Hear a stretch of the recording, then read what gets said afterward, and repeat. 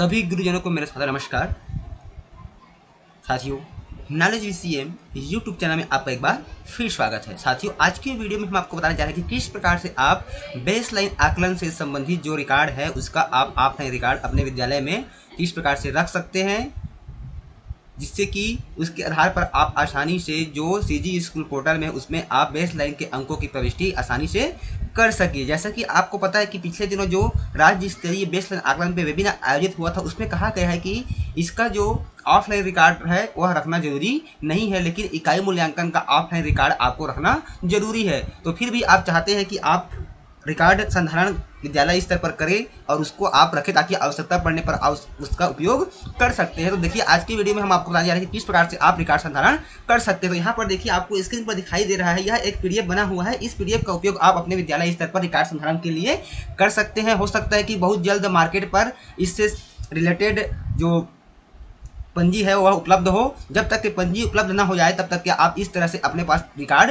रख सकते हैं। तो यहाँ पर देखिए, यह लिखा हुआ है बेसलाइन आकलन अंक सूची। यहाँ पे आपको अपना विद्यालय का नाम लिखना है, यहाँ पे आपको कक्षा लिखना है और यहाँ पर विषय लिखना है कि इस विषय का आप यहाँ पर एंट्री कर रहे हैं। और यहाँ पर दिया है क्रमांक, विद्यार्थी का नाम। इस प्रपत्र में आपके एक साथ 20 विद्यार्थी के नाम आ जाएंगे। इस तरह से देखिए, यहाँ पर 20 विद्यार्थियों के लिए ऑप्शन दिया गया है। अब उसके बाद देखिए, यहाँ पर दिया गया है बेसलाइन आकलन। इसमें 3 खंड बने हुए, खंड अ, खंड ब, खंड श, उसके बाद ग्रेड और फिर कक्षा का स्तर। तो साथियों, इसका उपयोग जो है आप कक्षा पहली से लेकर के 8वीं तक के विद्यार्थियों के लिए कर सकते हैं, लेकिन कक्षा पहली और दूसरी के विद्यार्थियों में खंड नहीं है, तो उसके लिए आप केवल इसी कॉलम का उपयोग कर सकते हैं। इस कॉलम की आवश्यकता नहीं है।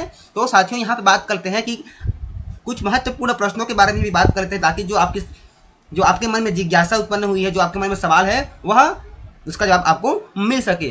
जैसा कि आपको पता है कि जो राज्य स्तर से जो आकलन संबंधी जो निर्देश प्राप्त हुए हैं, उसमें बताया गया है कि जो बेसलाइन आकलन है वह हमारा 30 अंक का होगा। लेकिन अधिकांश शिक्षक साथियों का जो प्रश्न आ रहा है कि जब 30 अंक का प्रश्न होगा, लेकिन अभी जो प्रश्न पत्र प्राप्त हुआ है उसमें कुल 30, 12 और 8 इस प्रकार से 50 अंक दिए गए हैं, तो वहां पर अधिकांश शिक्षक साथी कंफ्यूज है। तो मैं आपको बताना चाहूंगा कि यहाँ पर हमको केवल जो प्रगति पत्रक में जो ग्रेड भरना है, हमको ये खंड अ के प्राप्तांक के आधार पर ही हमको ग्रेड निकालना है। अर्थात यहाँ पर जो 30 अंक है वही 30 अंक महत्वपूर्ण है। इसी के आधार पर हम ग्रेड का निर्धारण करेंगे और उसी ग्रेड का अंकन जो है हम अपने जो प्रगति पत्रक बनाएंगे, बच्चों का जो प्रोग्रेस कार्ड बनाएंगे, उस पर अंकन करेंगे। बाकी जो आपका बच गया खंड और खंड श, ये हमारा केवल कक्षा निर्धारण के लिए है कि कक्षा का स्तर जानने के लिए कि बच्चा कौन से कक्षा के स्तर का है। तो यहाँ पर इस तरह से आप यहाँ पे विद्यार्थी का नाम लिखेंगे, फिर देखेंगे कि खंड अ में उसके कितने प्राप्तांक है 30 में से, उसको आप यहाँ पे अंकित कर लेंगे कि खंड ब में कितने प्राप्तांक उसने अंकित किया है 12 में से, और खंड स में उसने कुल कितने प्राप्तांक अंकित किया है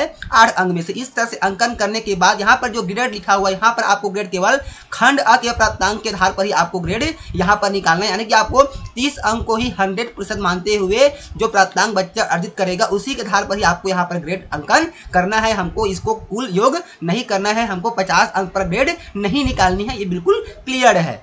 अब रही बात यहाँ पे कक्षा स्तर की, तो जब मान लेते हैं कि विद्यार्थी जैसे कि खंड अ में 30 अंक है, तो 30 अंक का 33% या उससे अधिक अंक प्राप्त करता है तो विद्यार्थी उसी कक्षा स्तर का होगा।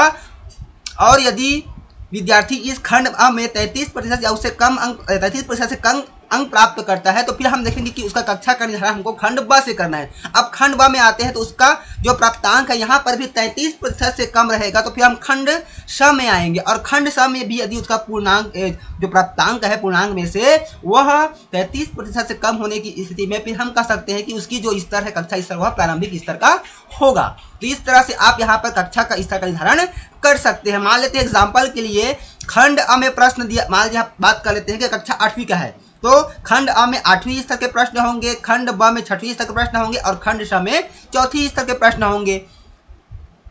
या बात करते हैं तीसरी की, तो खंड अ में 3री स्तर का होगा, खंड ब में 2री का होगा और खंड श में पहली का होगा, क्योंकि इधर 3री से नीचे में एक क्लास नीचे होगा और 5वीं से एबव में 2 क्लास नीचे होगा हर स्तर में। तो इस तरह से तो मान लेते हैं कि यहाँ पे विद्यार्थी को कक्षा 8वीं के स्तर का जो प्रश्न उसने हल किया और इसमें इसको प्राप्त करना था 33% या उससे अधिक, या मान लेते हैं विद्यार्थी उससे कम अंक प्राप्त किया, तो फिर हम देखेंगे कि विद्यार्थी कक्षा 8वीं के स्तर का नहीं है, हम खंड ब में आ जाएंगे। और विद्यार्थी ने मान लेते हैं कि यहाँ पर 33% या उससे अधिक अंक प्राप्त किया है, तो विद्यार्थी का कक्षा स्तर आएगा 6वीं का।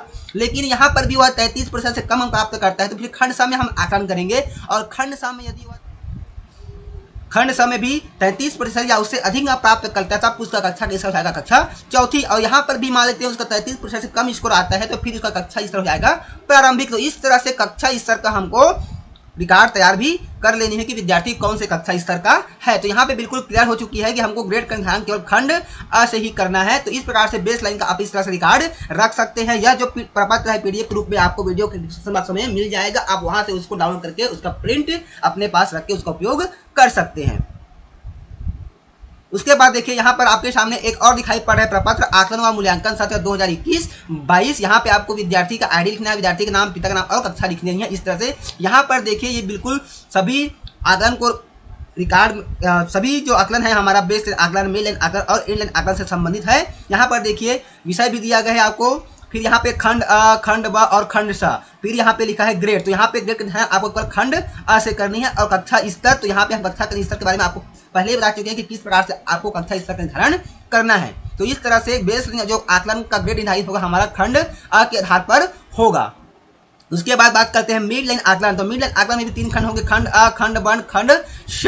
और तो यहाँ पर अ है प्रोजेक्ट वर्क पे 10 अंक, क्योंकि मिड लाइन आकलन जो हमारा 40 अंक होगा। तो इस प्रकार से खंड अ के 30 अंक और प्रोजेक्ट वर्क के 10 अंक को जोड़ते हुए 40 अंक के आधार पर हमको ग्रेड का निर्धारण करना है। और कक्षा स्तर का आकलन आपको तीनों खंड के आधार पर करनी है।